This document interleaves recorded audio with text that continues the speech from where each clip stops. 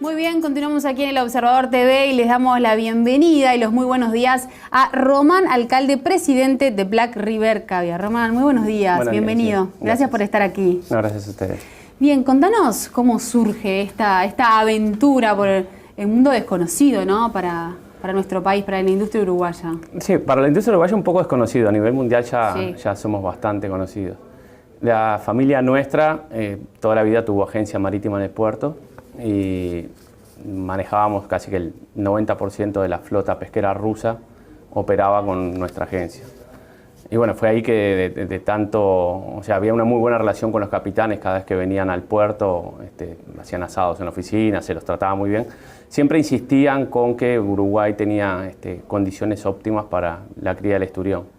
Y bueno, tanto fue el cántaro a la fuente que al final un día terminamos por empezar a investigar, ahí por finales de los 80. Si estos cuentos, si era un mito o si era real. Si era un mito, si era cierto, viajamos a Rusia, nos asesoramos y bueno, al final terminamos decidiendo, bueno, un poco tirarnos al agua, por así decirlo.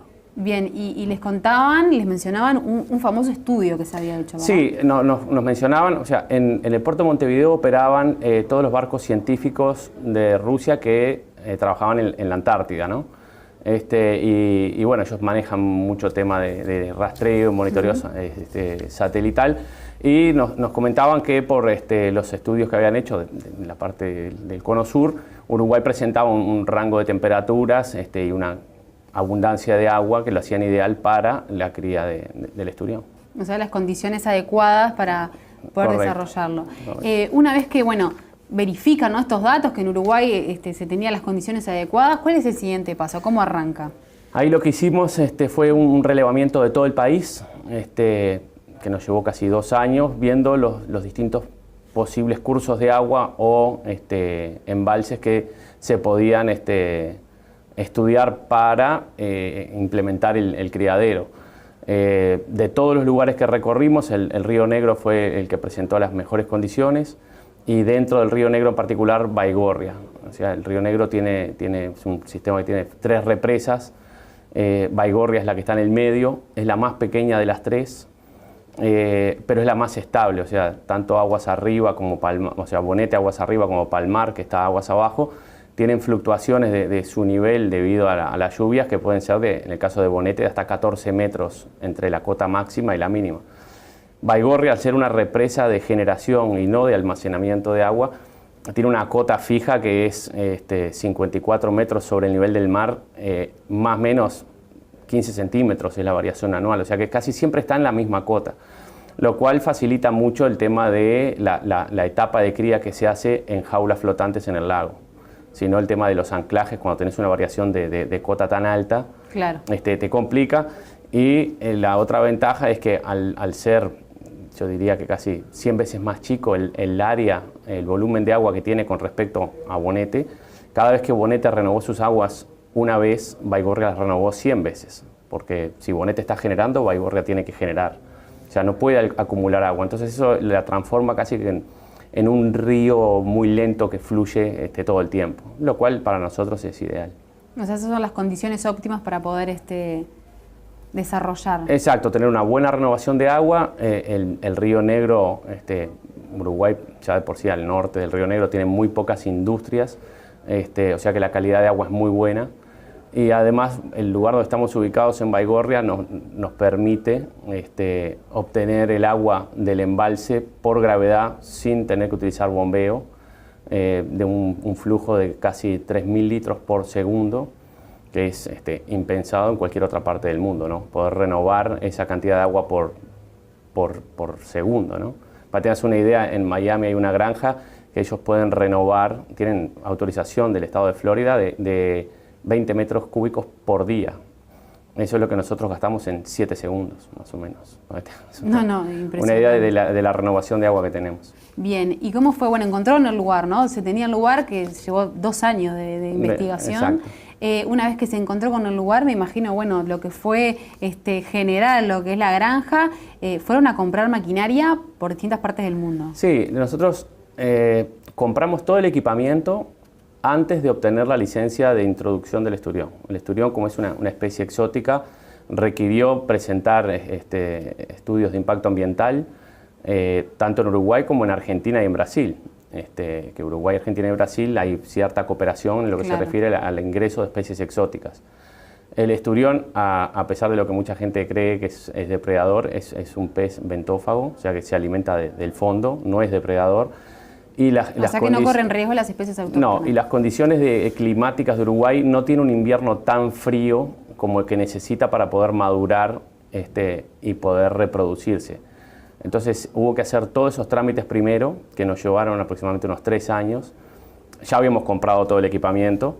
O sea, se arriesgaron de alguna manera, sí. ¿no? Pues si decían que no... Es que era el momento, porque en ese momento se dio la coyuntura de poder conseguir el equipamiento bastante accesible en lo que era la Unión Soviética en ese momento. Importamos todo y después, bueno, nos abocamos a obtener la parte de burocracia y de las licencias. Bien, me imagino también arduo trabajo. Llevó su trabajo porque era la primera vez claro. Que se no había hacía, un antecedente. O sea, ya de por sí en Uruguay no había industria de piscicultura. O sea, nosotros no solamente era la primera granja de esturiones, sino que era la primera granja industrial de piscicultura en Uruguay. Entonces había un poco de desconocimiento, los pasos se tomaban muy lentos. O sea, llevó un periodo que yo considero un poco más largo de lo que cualquiera desearía, pero al final obtuvimos los permisos y en el año 94 iniciamos la construcción de la granja. Bien, tenían el equipamiento, tenían el lugar, pero ¿cómo fue el aprendizaje de la técnica, no? También desconocido. El primer gran hito que logramos fue la traída de las huevas fertilizadas. Había mucha gente que decía que la maduración de la hueva del esturión, o sea, el proceso de gestación es muy corto, son 5 días. O sea, una vez que las huevas se fertilizan, en 5 días están naciendo. En los primeros 2 días no se pueden tocar las huevas y después la ventana que hay para poder trasladarlos es muy corta y el viaje era muy largo. Entonces estaba el gran riesgo de no poder que las huevas vinieran y llegaran todas muertas. Y en ese momento en Rusia, no era Rusia, era la Unión Soviética. Sí, estamos hablando de otra situación. Era muy difícil sacar algo que para ellos es muy preciado porque es parte de su cultura. Y no nos olvidemos que la industria del caviar y todo el caviar que salía de Rusia era manejado por la KGB. O sea, gran parte de su financiación era con la venta de caviar. Entonces no era algo que estaban muy dispuestos a cederlo fácilmente. Sí. Llevó su tiempo obtener las licencias. Y en el 95 hicimos la primera importación de huevas y ahí es cuando inicia todo el ciclo. Es un ciclo largo, ¿no? Que es una de las razones del costo también. Sí, o sea, si bien en Uruguay los tiempos de maduración son más rápidos que en otras granjas del mundo, igual es mucho más rápido que en la naturaleza. O sea, en promedio el esturión en Uruguay, dependiendo de la especie, puede demorar en madurar 5 años, en el caso del siberiano, para las primeras hembras y 6 años para el osetra, que es el esturión ruso, que es la especie que estamos casi que produciendo a full ahora. Bien, ¿cómo es el proceso hasta llegar hasta el caviar? Independientemente de que se haga una importación de huevas o que se haga la fertilización con ejemplares ya nacidos en Uruguay, hoy en día todos nuestros esturiones tienen cédula de identidad uruguaya, porque ya son 3 generaciones nacidos en Uruguay. El proceso arranca por o importar las huevas o seleccionar los reproductores. Hay que inyectarles una hormona que se extrae de los mismos peces al momento del proceso del caviar, que es lo que le hace pensar a la hembra que llegó al río donde nació, si no sería imposible que desobara naturalmente. Esa es una de las fundamentaciones que tuvimos que presentar para obtener el permiso de importación. La fertilización es un proceso que lleva unos 20 minutos y en 5 días están naciendo los alevines. Las larvas inicialmente se alimentan con unos microcrustáceos que se incuban, que es la Artemia salina, y de ahí empieza todo un proceso de clasificación constante para tratar de tener que los ejemplares más dominantes no dejen sin comer a los más débiles. Y hay que encontrar la manada, ¿no? O sea, realmente sí, es un trabajo... O sea, se produce cierta jerarquía dentro de cada unidad de cultivo y hay que estar tratando de separar y poner a los peces más agresivos junto con peces de su misma actitud, de manera de de permitir que todos crezcan al mismo ritmo. Aproximadamente cuando tienen medio kilo se los traslada a jaulas flotantes en el lago y ahí se los tiene hasta que alcanzan un peso de 1,5 kilos más o menos, que es entre el año y medio, los 18 meses. En ese momento nosotros hacemos el sexado. El macho y la hembra son idénticos morfológicamente. No hay manera de distinguir cuál es cuál a simple vista. Hemos desarrollado una técnica que es pionera a nivel mundial, en la cual nosotros logramos sexar los peces a un ritmo de 600 por hora, con un margen de certeza de arriba del 99%, indicando cuál es macho y cuál es hembra. O sea, ese es el clic, ¿no? O sea, el momento crucial. Inicialmente, cuando arrancamos, hacíamos el sexado al tercer año o al cuarto. Claro, perdés un montón de tiempo. Crías machos 4 años que ocupan espacio y el macho y no dinero, tiene... ¿no? Que tenés que estar alimentando, cuidado. Tenés que estar alimentando, pero más que nada te roba espacio que podías estar criando otra hembra. Otra, claro. Entonces, poder sexar los peces al año y medio, nos permitió casi que duplicar la producción en las mismas instalaciones. Entonces, ¿Y cómo se llega a esta técnica? Experimentando. Probando. Es una técnica o sea, probamos varias, distintos enfoques, encontramos una técnica que no solamente la pudimos aplicar, sino aplicarla de una manera que sea lo suficientemente rápida. O sea, inicialmente los más avanzados eran los franceses, que hacían un test hormonal, pero podían realizar 50 peces por día.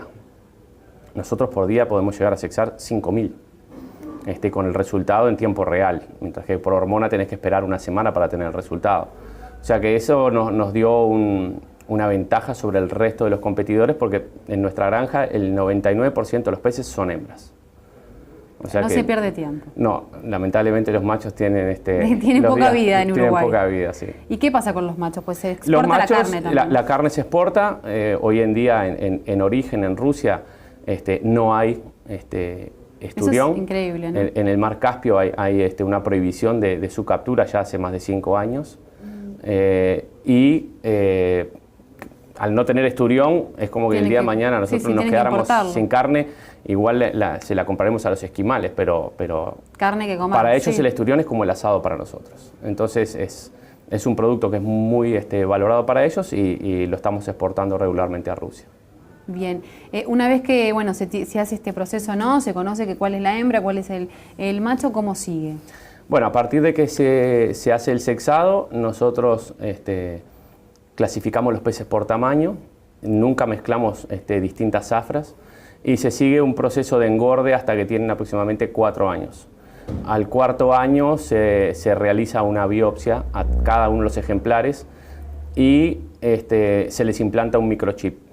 O sea que todas las hembras que tienen más de 4 años, todas tienen un microchip que nos permite hacer una trazabilidad total de la hembra previo a la producción de caviar y obviamente que después, una vez que el producto está hecho, para el cliente hay una trazabilidad a la inversa. O sea, estamos hablando de un trabajo de años, de trabajo cotidiano, ¿no? A partir de que se implanta el microchip, se empieza a hacer un seguimiento. No todas las hembras que nacen en un mismo año producen caviar a los 5 años. ¿De aproximadamente, qué depende eso? Es como las personas, no todas las mujeres llegan a la madurez en el mismo momento. Entonces hay hembras que maduran al 5.º año, por lo general es un 15% de la zafra. Al siguiente año madura un 40%. Al siguiente año madura un 60% y después después de 3-4 años hay un 20% de las hembras que no maduran en tiempo y nosotros preferimos terminar descartándolas que mantenerlas. Hicimos la prueba de tener algunas hembras que ya tienen casi 15 años y que no han madurado. ¿Y qué significa madurar? Madurar significa que la hembra cuando nace ya tiene en sus ovarios todas las huevas que va a producir durante sus 60 años de vida. Entonces, la primera maduración es un proceso que se da en función de una talla del pez que tiene que alcanzar cierto tamaño y de una edad. Por lo general, dependiendo de la especie, puede ser 5 o 6 años y en el entorno de los 10 a los 15 kilos. Cuando cumplen esas dos condiciones, como te dije, dependiendo, no todas maduran al mismo tiempo, la hembra empieza a crecer el diámetro de las huevas. O sea, las huevas son microscópicas inicialmente, tienen 0,2 de milímetro, hay que mirarlo con microscopio para verlas, y están en un estado latente hasta que en determinado momento la hembra dice, bueno, voy a desovar. y ese proceso lleva un año. O sea que nosotros tenemos que estar monitoreándolas desde cuando pensamos que pueden estar listas para identificarla un año antes de la madurez. Eso nos permite hacer un manejo especial con la hembra, con alimentación especial y un seguimiento para faenar a la hembra en el momento justo. Esto es más o menos como la vendimia. Cuando dicen, bueno, la vendimia está al día y se arranca a tal hora a cortar las uvas, bueno, en la hembra es exactamente lo mismo. O sea, hay que estar atento cuando es. Nosotros lo hacemos un poco distinto que el resto del mundo. Es la única granja que hay en el hemisferio sur y particularmente nuestro clima es muy moderado. En otros lugares donde el invierno es mucho más marcado, hay una sincronización más grande y las hembras maduran todas en una ventana de tiempo de un mes. Nosotros tenemos producción durante todo el año. Entonces, a diferencia de en el norte, que ellos, llegado tal fecha, faenan los peces y algunas están maduras, otras están un poco inmaduras, algunas están pasadas, nosotros manejamos la biomasa no como un cardumen, sino como individuos. O sea, cada pez tiene su historia clínica. Entonces, si la hembra tenemos después de tantos años desarrollado un algoritmo que nos permite predecir cuándo esa hembra, en función de la época del año que estamos, la temperatura, el tamaño, la edad, qué día del año va a estar el caviar en el momento óptimo. Un mes antes de esa fecha se hace otra biopsia, se actualiza el pronóstico y así es que estamos planificando nuestras producciones y por lo general cuando se hace faena, que es empezamos en marzo fuerte y terminamos en septiembre-octubre, estamos faenando 2 días por semana en el entorno de 200 a 300 kilos por día. Bien, ¿cómo fue el armado del equipo, no? Porque se trajo del exterior, se formó... Inicialmente, como todas las granjas en el mundo, arrancamos con técnicos rusos. Yo creo que tuvimos la suerte de independizarnos tempranamente y apostar a técnicos uruguayos, ¿no? O sea, hoy en día la planta está bastante profesionalizada. En lo que se refiere, tenemos nuestro ingeniero piscicultor, veterinario. Bueno, el ingeniero piscicultor, él estudió en Chile, estuvo trabajando muchos años en Israel.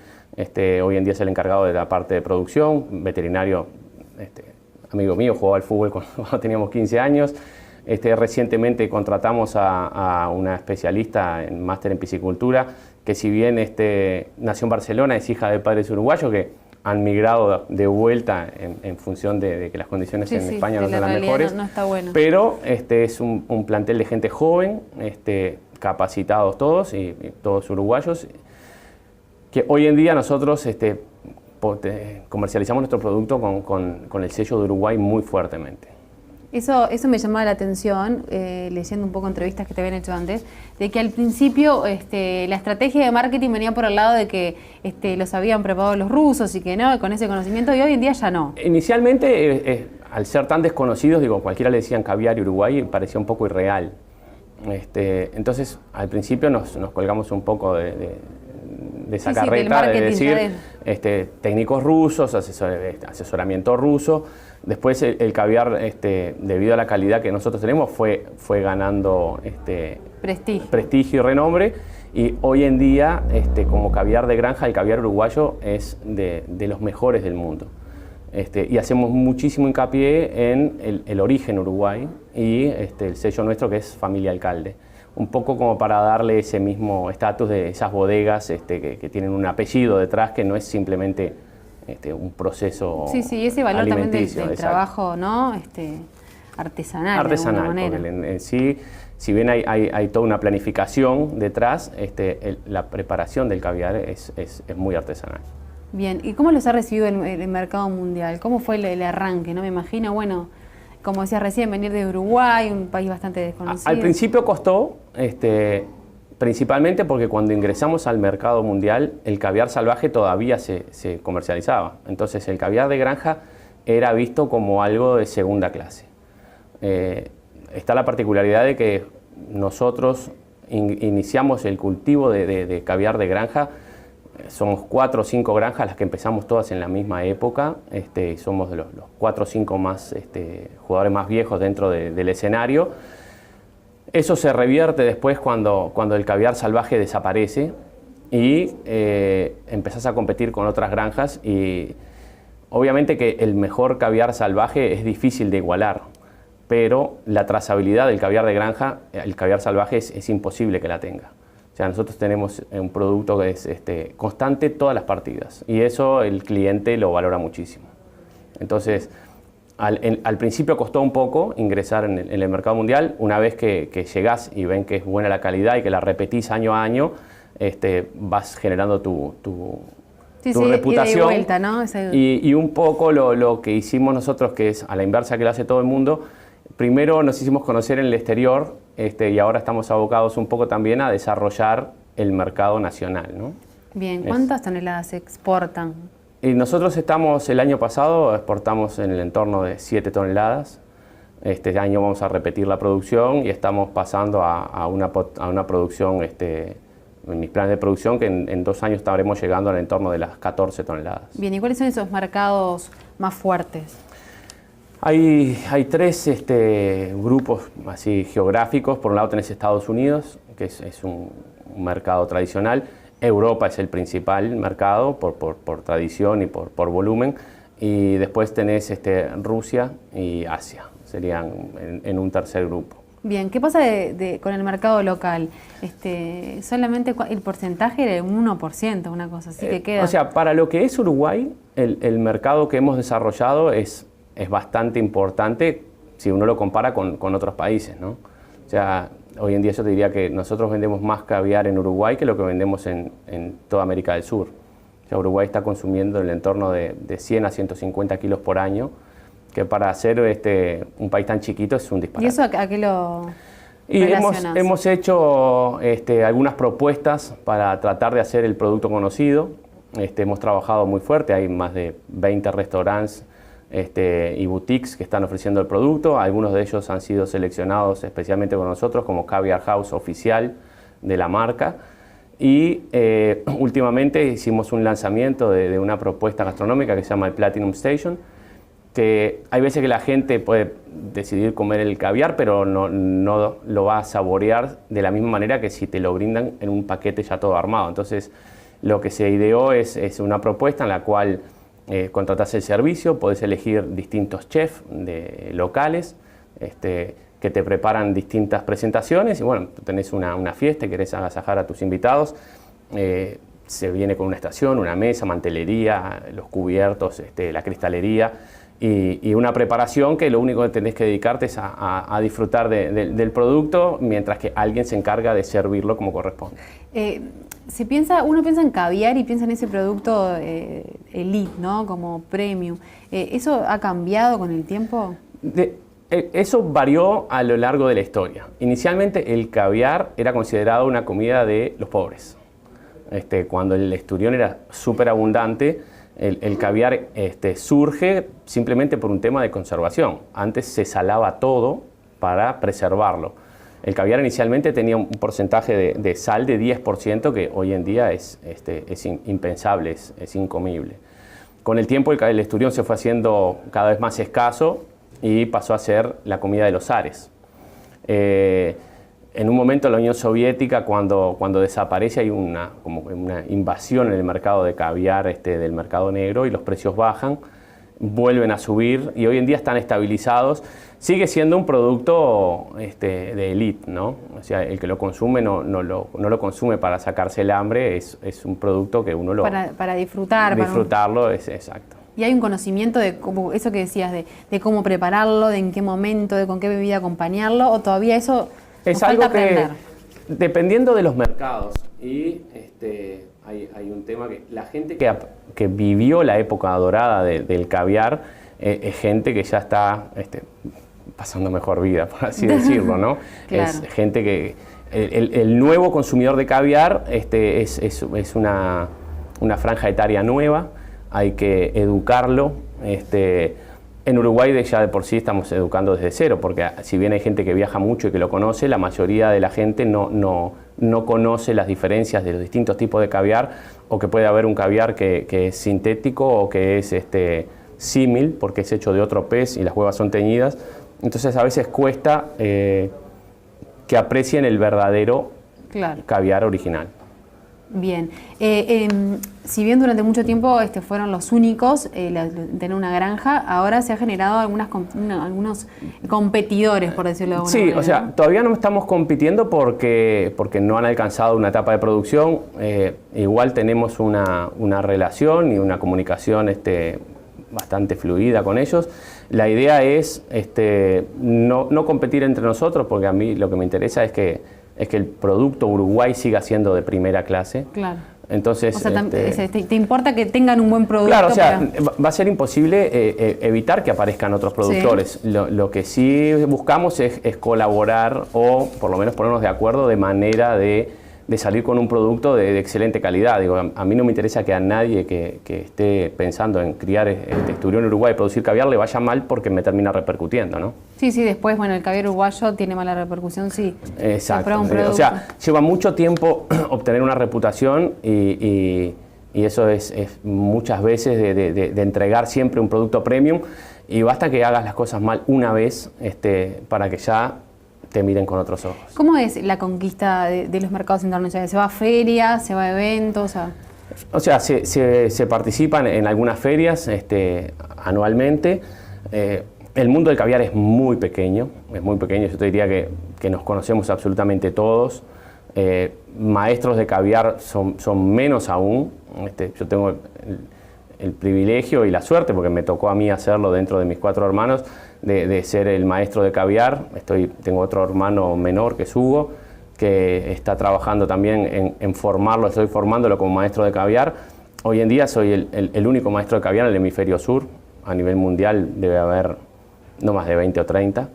Y es algo reducido de verdad. Sí, es algo que se obtiene con la práctica. O sea, no es que alguien viene y te da un diploma y te dice, bueno, hoy sos maestro de caviar.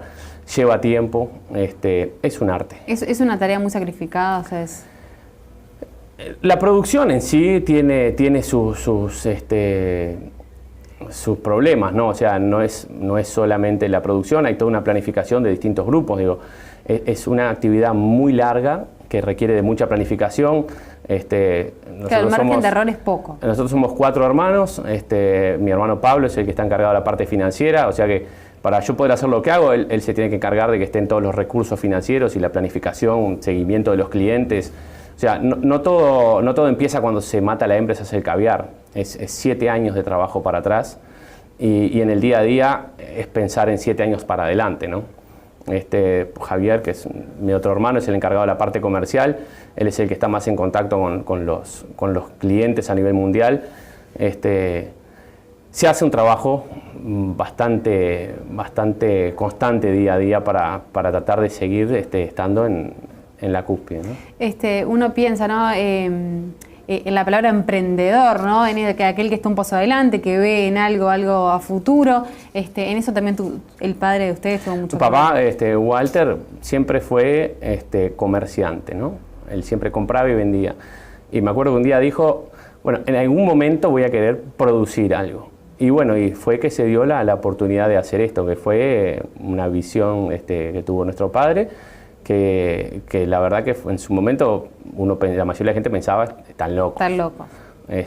Una industria completamente nueva, con un producto completamente nuevo dentro de la industria, porque si bien la piscicultura a nivel mundial es algo que tiene décadas de trabajo en otras partes del mundo, el esturión de por sí era algo nuevo dentro de una industria que en Uruguay era nueva.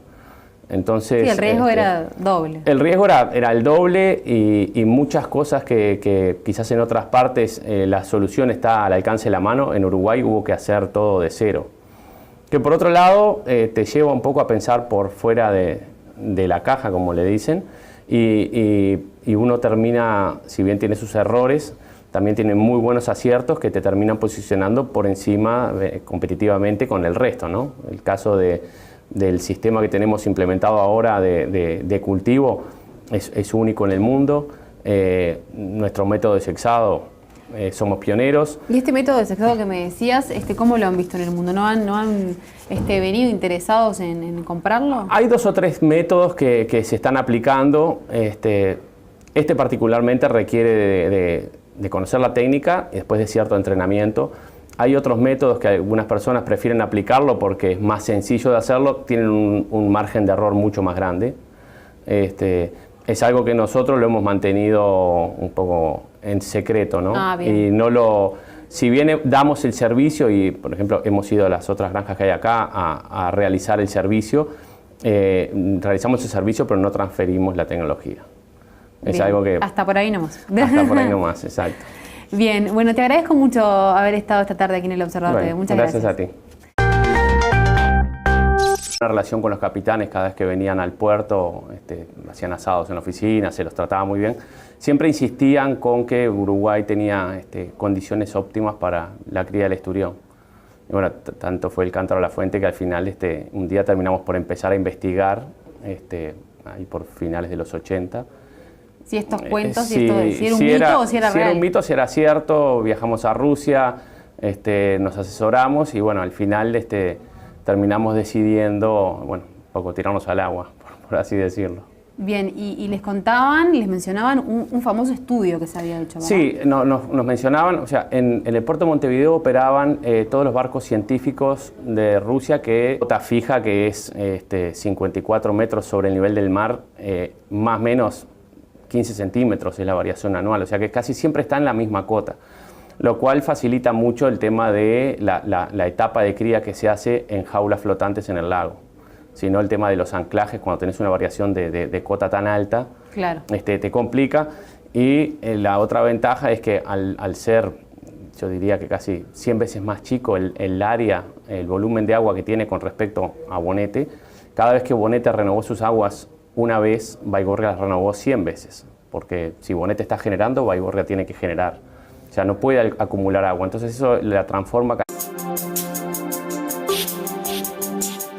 Muy bien, continuamos aquí en El Observador TV y les damos la bienvenida y los muy buenos días a Román, alcalde presidente de Black River Caviar. Román, muy buenos días, bienvenido. Gracias por estar aquí. No, gracias a ustedes. Bien, contanos cómo surge esta aventura por el mundo desconocido, ¿no? Para nuestro país, para la industria uruguaya. Sí, para la industria uruguaya un poco desconocido, a nivel mundial ya somos bastante conocidos. La familia nuestra toda la vida tuvo agencia marítima en el puerto y manejábamos casi que el 90% de la flota pesquera rusa operaba con nuestra agencia. Y bueno, fue ahí que de tanto, o sea, había una muy buena que se podían estudiar para implementar el criadero. De todos los lugares que recorrimos, el Río Negro fue el que presentó las mejores condiciones y dentro del Río Negro en particular, Baigorria. O sea, el Río Negro es un sistema que tiene 3 represas. Baigorria es la que está en el medio, es la más pequeña de las 3, pero es la más estable, o sea, tanto aguas arriba como Palmar, o sea, Bonete aguas arriba como Palmar, que está aguas abajo, tienen fluctuaciones de su nivel debido a las lluvias que pueden ser, en el caso de Bonete, de hasta 14 metros entre la cota máxima y la mínima. Baigorria, al ser una represa de generación y no de almacenamiento de agua, tiene una cota, trabajaban en la Antártida, ¿no? Y bueno, ellos manejan mucho tema de rastreo, monitoreo satelital y nos comentaban que por los estudios que habían hecho de la parte del cono sur, Uruguay presentaba un rango de temperaturas y una abundancia de agua que lo hacían ideal para la cría del esturión. O sea, las condiciones adecuadas para poder desarrollarlo. Una vez que, bueno, verifican, ¿no?, estos datos, que en Uruguay se tenían las condiciones adecuadas, ¿cuál es el siguiente paso? ¿Cómo arranca? Ahí lo que hicimos fue un relevamiento de todo el país, que nos llevó casi 2 años, viendo los distintos posibles cursos de agua o embalses